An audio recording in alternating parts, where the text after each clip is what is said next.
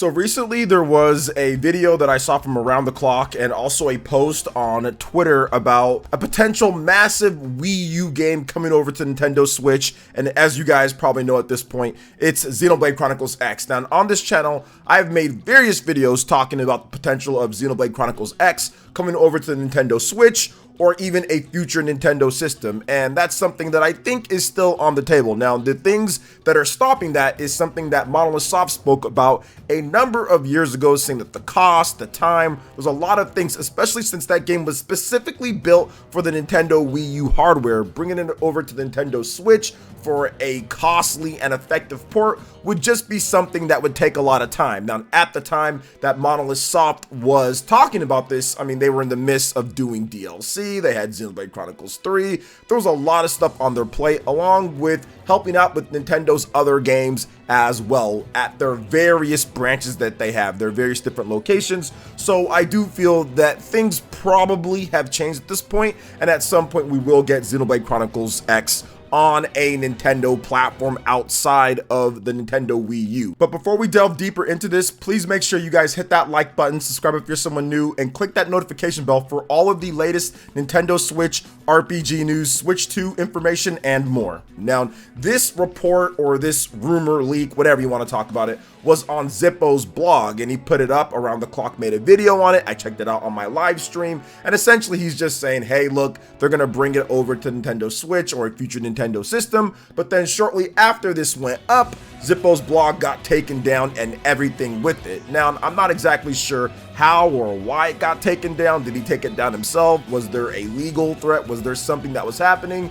But I'm looking at it like this. I think at this point, Zippo is so spotty on his track record that I think he just took it down because people started to question it, or people just aren't paying attention, or I'm not exactly sure what's going on. But he's very spotty on his track record. He seems to take stuff that other people say and then say it and then say, oh, well, maybe I got that one right. So there really isn't any, I would say, backing to this. I do feel that Xenoblade Chronicles X is coming, but it's not because Zippo has some type of exclusive sources or anything like that. And once again, he's been wrong on so many different things here. Now, some people are speculating. Jake, the VGA fella over on Twitter, was speculating because he did notice the blog got taken down just like I did, and he said that maybe there was a cease and desist that was put up. But they've had that blog up, or Zippo's had that blog up, for pretty much the whole Switch generation or multiple years, and Nintendo never did anything to that blog. They don't really comment on rumors and speculation much either, and there's other websites that report on actual leaks or actual real data that maybe they've heard from a Nintendo employee or from somewhere, right? And those don't get taken down. So I don't think that that's the reason why. I think Zippo just decided he was tired of this. He probably has some other things that he's got going on IRL, and decided that he doesn't want to do this anymore or deal with all the other stuff that comes with this type of thing, considering that most of the stuff that he's put up is not coming true, especially when he said that it would come true. So I think that's really it.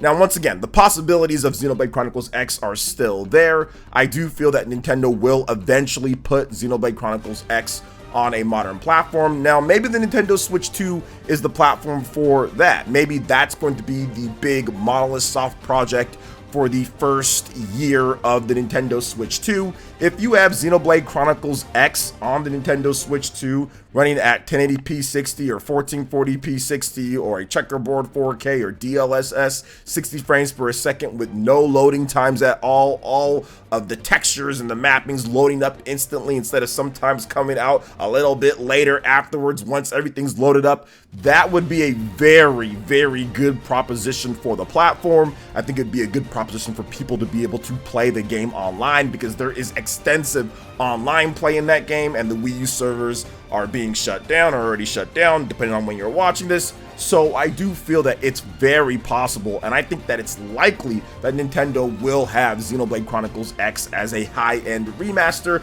within the first year or so of the Nintendo Switch 2's life. Maybe they felt if they brought it over to the Nintendo Switch that there wasn't really going to be many upgrades or additions, and they wanted to have a higher quality version of that game, and that could be very much the reason why they decided to not put it on the Nintendo Switch or put it on Switch 2, or maybe it's even a dual launch on the Nintendo Switch Switch in addition to the Nintendo Switch 2. But we're gonna have to wait and see on it, guys. But yes, I do feel that Xenoblade Chronicles X will be coming over to probably the Nintendo Switch 2 at the very least, and maybe even the Nintendo Switch as well. We have to wait and see for February. We have to wait and see what Nintendo does for Direct, or how they handle what they're doing with the Nintendo Switch 2, combined with a lot of their 2024 games that people are looking forward to, like Princess Peach Showtime and Paper Mario The Thousand Year Door. Now let's go ahead and move on to the next thing here. Speaking of what Nintendo's doing next, shout outs to Direct Feed Games over there on Twitter, Nate the Hate, good friend of the channel. And recently there was apparently a Nintendo Switch R4 leak, right? So there was a post on After Time X, and this person states, exciting news for the Nintendo Switch scene. We have obtained from one of our followers an exclusive video from an upcoming product this person is a beta tester for. Apparently a flash cart type device is coming pretty soon for the Nintendo Switch, which supports all firmwares, all console types from all regions. Although it was long overdue, we were a bit skeptical, so we asked for some kind of proof. To our surprise, this person sent us soon after a video demonstrating the product in use, and it seems perfectly legit.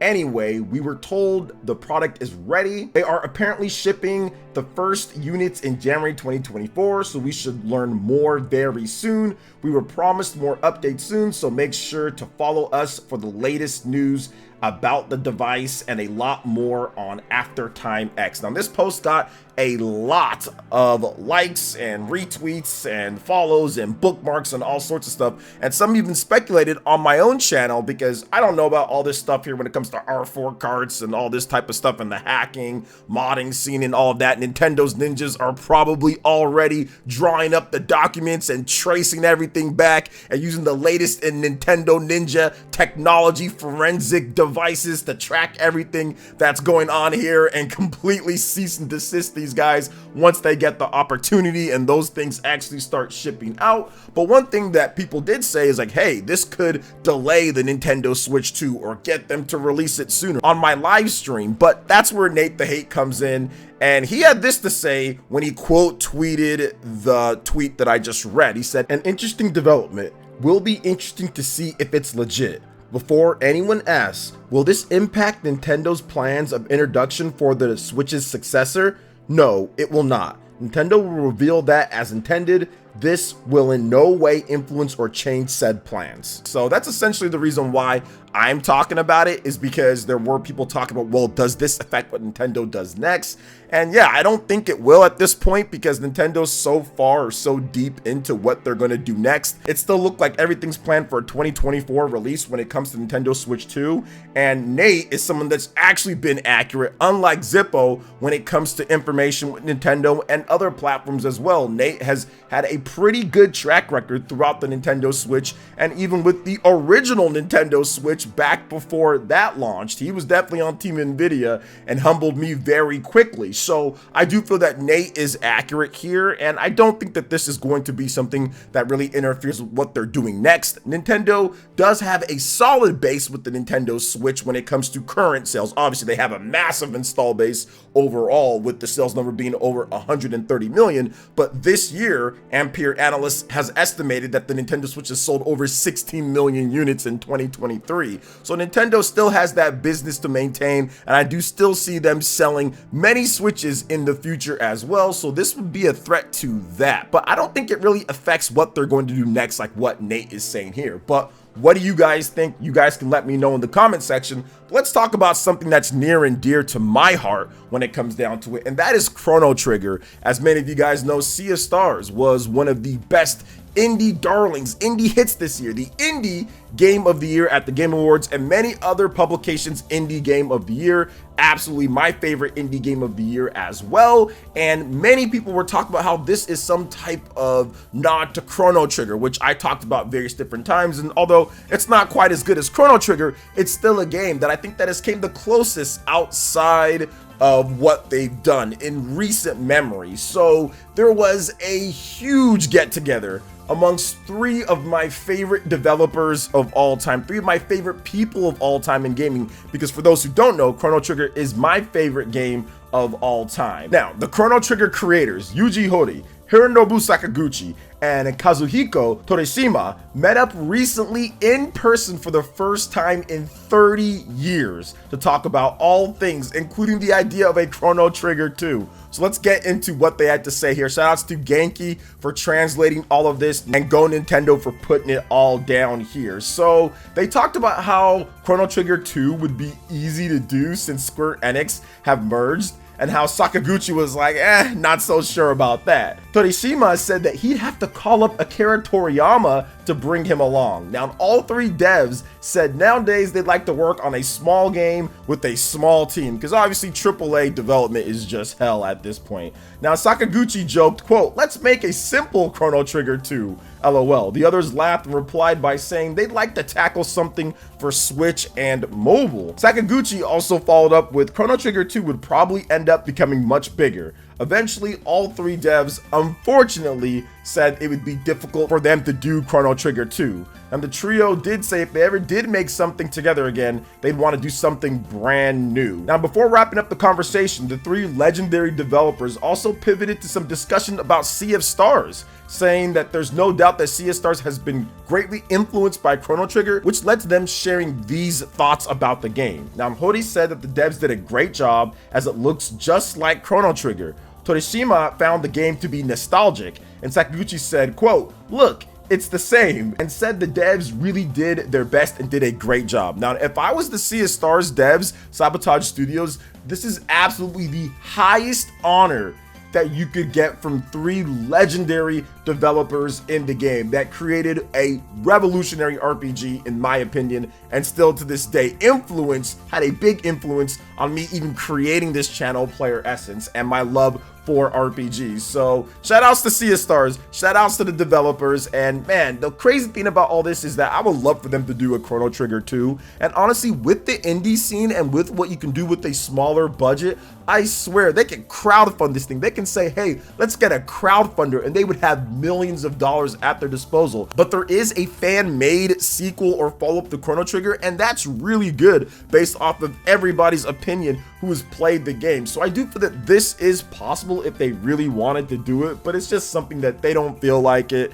and they got their other things that they're working on, and it's just something that doesn't necessarily need to be done. But if they could, that would just be awesome. But speaking of some other things that are awesome, let's talk about the Legend of Zelda Tears of the Kingdom. Now, we do know about the Game Awards. Obviously, Tears of the Kingdom pulled away with one award there because it was a highly competitive year this year. It did get the Action Adventure Game of the Year, which is a big award. It was very competitive within the games there, but we're starting to see other publications come out with individually their Game of the Year awards. Now, we've got a Game of the Year award winner with Tears of the Kingdom when it comes to Edge. I think when it comes to Polygon or Kotaku, one of those sites, I'm not exactly sure. When it comes to IGN, and now Famitsu has also awarded Tears of the Kingdom its Game of the Year. Shoutouts to my man Stealth over there on Twitter, and he had this to say. Famitsu revealed the results of the, quote, Super Popular Game Awards 2023 as voted on by 188 developers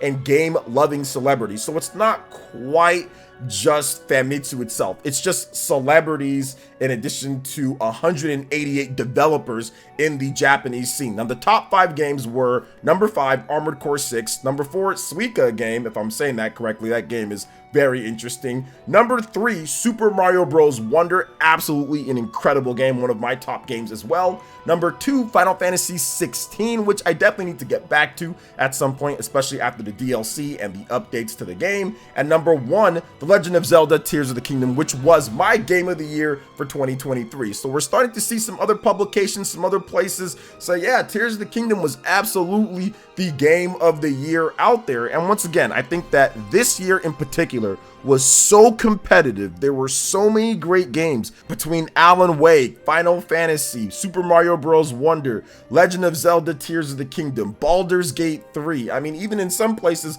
Baldur's Gate 3 was like number 2 or 3. There was Spider-Man as well. Spider-Man 2 came out. That was really good. There were so many 90+ super high rated games, 88+ rated. Resident Evil 4 Remake isn't even on this top 5 as well. So there's a lot this year. It was a big year year with a lot of games, and whatever game you felt was your game of the year, whether it was Starfield or something else or Sea of Stars, whatever the case is, nobody's wrong in this case because the gamers got a smorgasbord of incredible experiences. And I think that this year, more than any year, it was just packed. So for me, it was just a win-win all around. But it's good to see that more places are giving Tears of the Kingdom some flowers and love here. So I definitely like to see that. But that's going to wrap it up for today's video, guys. Thank you so much for watching. I do appreciate it. Please make sure you check out my previous videos on the channel. I've got some awesome Nintendo Switch compilation videos, Nintendo Switch news, and more right here on screen. Thank you guys for watching. Hit that like button, subscribe if you're someone new, click that notification bell, and we will see you in the next video. Peace.